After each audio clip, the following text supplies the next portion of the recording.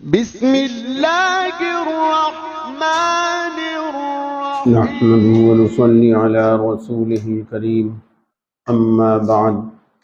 أعوذ بالله من الشيطان الرجيم بسم الله الرحمن الرحيم كل نفس ذائقة الموت صدق الله العظيم. معزز سامعین،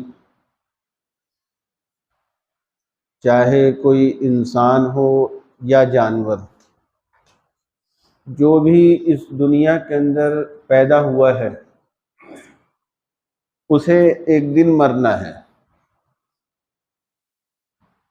میرے شیخ محی السنہ حضرت مولانا شاہ ابرار الحق صاحب نور اللہ مرقدہ فرمایا کرتے تھے کہ جو دنیا میں آیا ہے اسے ایک دن جانا ہے۔ دوسرے ایک بات اور فرمایا کرتے تھے کہ عام طور سے تو ایسا ہوتا ہے کہ چھوٹوں کو بڑوں کا صدمہ برداشت کرنا پڑتا ہے، پہلے بڑے جاتے ہیں اور اس کے بعد چھوٹے جاتے ہیں، لیکن کبھی کبھی ایسا بھی ہو جاتا ہے کہ بڑوں کو چھوٹوں کا صدمہ برداشت کرنا پڑ جاتا ہے، کہ چھوٹوں کا نمبر پہلے آ جاتا ہے اور بڑے دنیا کے اندر رہ جاتے ہیں، جیسا آج یہاں پر معاملہ پیش آیا۔ کل ہمارے ایک مقتدی جو کل کی تراویح میں شروع سے لے کر آخر تک ہمارے ساتھ میں شریک تھے، یہاں اس وقت میں انہوں نے بیان سنا، پوری تراویح پڑھی اور گھر گئے، اپنی تمام ضروریات سے فارغ ہو کر اپنا آرام کرنے کے لیے لیٹے، لیکن 11 بجے اچانک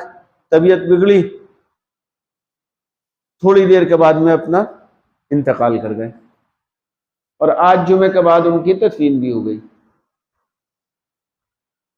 تو کچھ پتہ نہیں کسی انسان کا کہ کب اللہ کی طرف سے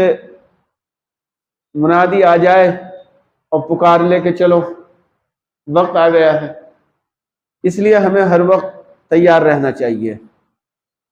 اور وہی ان کے لیے ایک بڑی خوشخبری کی بات یہ ہے کہ آج جمعے کا دن تھا، شب جمعہ میں ان کا انتقال ہوا اور جمعے کے دن میں ان کی تدفین عمل میں آئی۔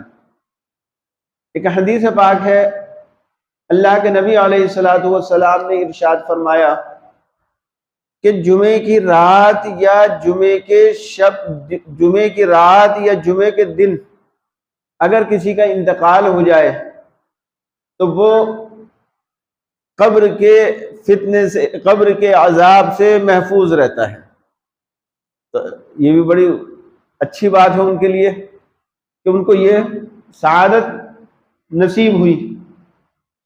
اور دوسری، رمضان شریف کے سلسلے میں متعدد روایات ہیں۔ کسی سے معلوم ہوتا ہے کہ جس کا رمضان شریف کے اندر انتقال ہو جائے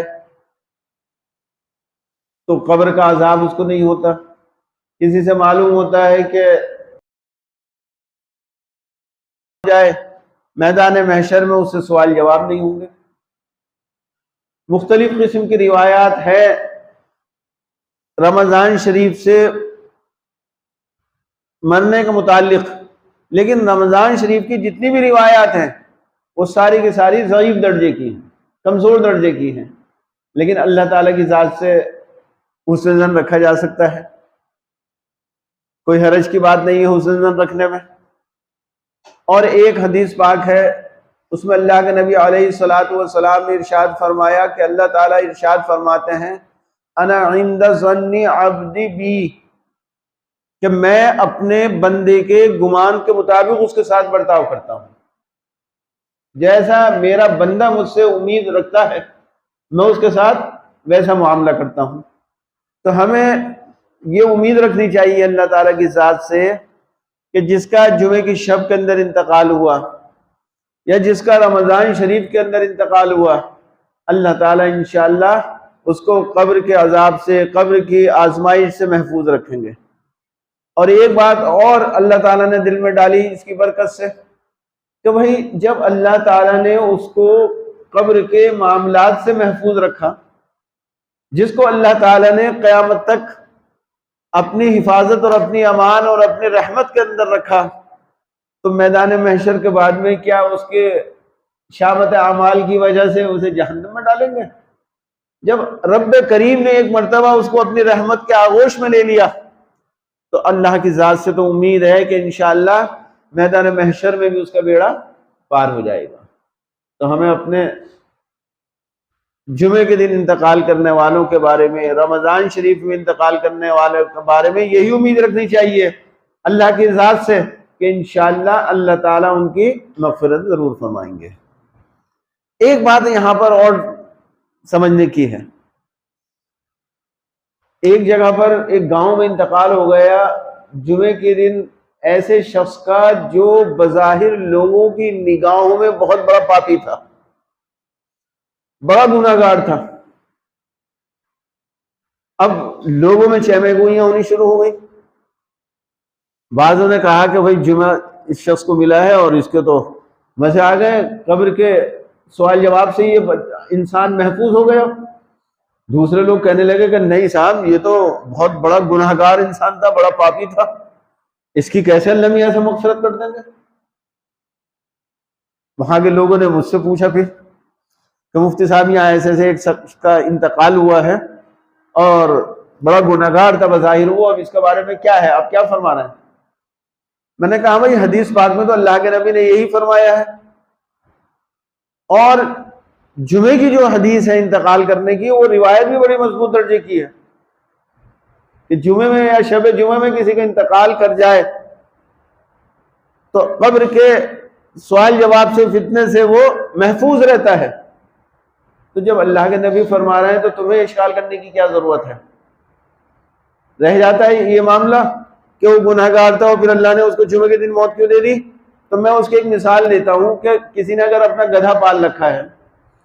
اور وہ اپنے گدھے کو ڈرائی فروٹ کھلاتا ہے، بادام کھلاتا ہے، کاجو کھلاتا ہے، اخروٹ اور چلغوزے کھلاتا ہے، تو تمہارے سر میں کیوں کھجاٹ ہو رہی ہے؟ بھائی اس کا مال ہے اور اس کا گدھا ہے، مالک ہے وہ جو چاہے کرے اپنے گدھے کے ساتھ۔ تو ایسے ہی اللہ رب العزت کا معاملہ ہے، اللہ کا وہ مجرم خطا کار ہے اور اللہ تعالیٰ اس کی مغفرت فرمانا چاہ رہا ہے، تو تم کون ہوتے ہو بھائی اعتراض کرنے والے کہ اللہ میں نے اس کی مغفرت کیوں کر دی؟ اس لیے کسی گناہگار کے بارے میں اس طریقے کی بات ہمیں کبھی بھی نہیں نکالنی چاہیے کہ صاحب اس کی تو مغفرت نہیں ہوگی اور اللہ میں اس کی مغفرت کیسے کریں گے۔ اللہ مالک ہیں، جس کے ساتھ میں اللہ تعالیٰ جو معاملہ کرنا چاہیں کریں، ہمیں تو اپنی خیر بنانی چاہیے، بس اللہ سے معافی مانگنی چاہیے، ڈرنا چاہیے اللہ تعالیٰ سے کہ اللہ تعالیٰ بس ہماری بھی مغفرت فرما دے، ہمارے گناہوں کی بھی اللہ تعالیٰ ستاری فرما دے، ورنہ ہماری کون سی بدعمالیاں ایسی ہیں کہ اس پہ پکڑ نہیں ہو سکتی۔ کتنے بدعمالیاں ہم لوگوں نے کر رکھی ہیں کہ ہم ہر وقت مجرم خطا کار ہیں۔ اپنے آپ کو ہمیں پارسا نہیں سمجھنا چاہیے۔ بس دعا ہے اللہ تعالیٰ تمام مرحومین کی مغفرت فرمائے اور ان کے درجات کو بلند فرمائے۔ وآخر دعوانا الحمدللہ رب العالمین۔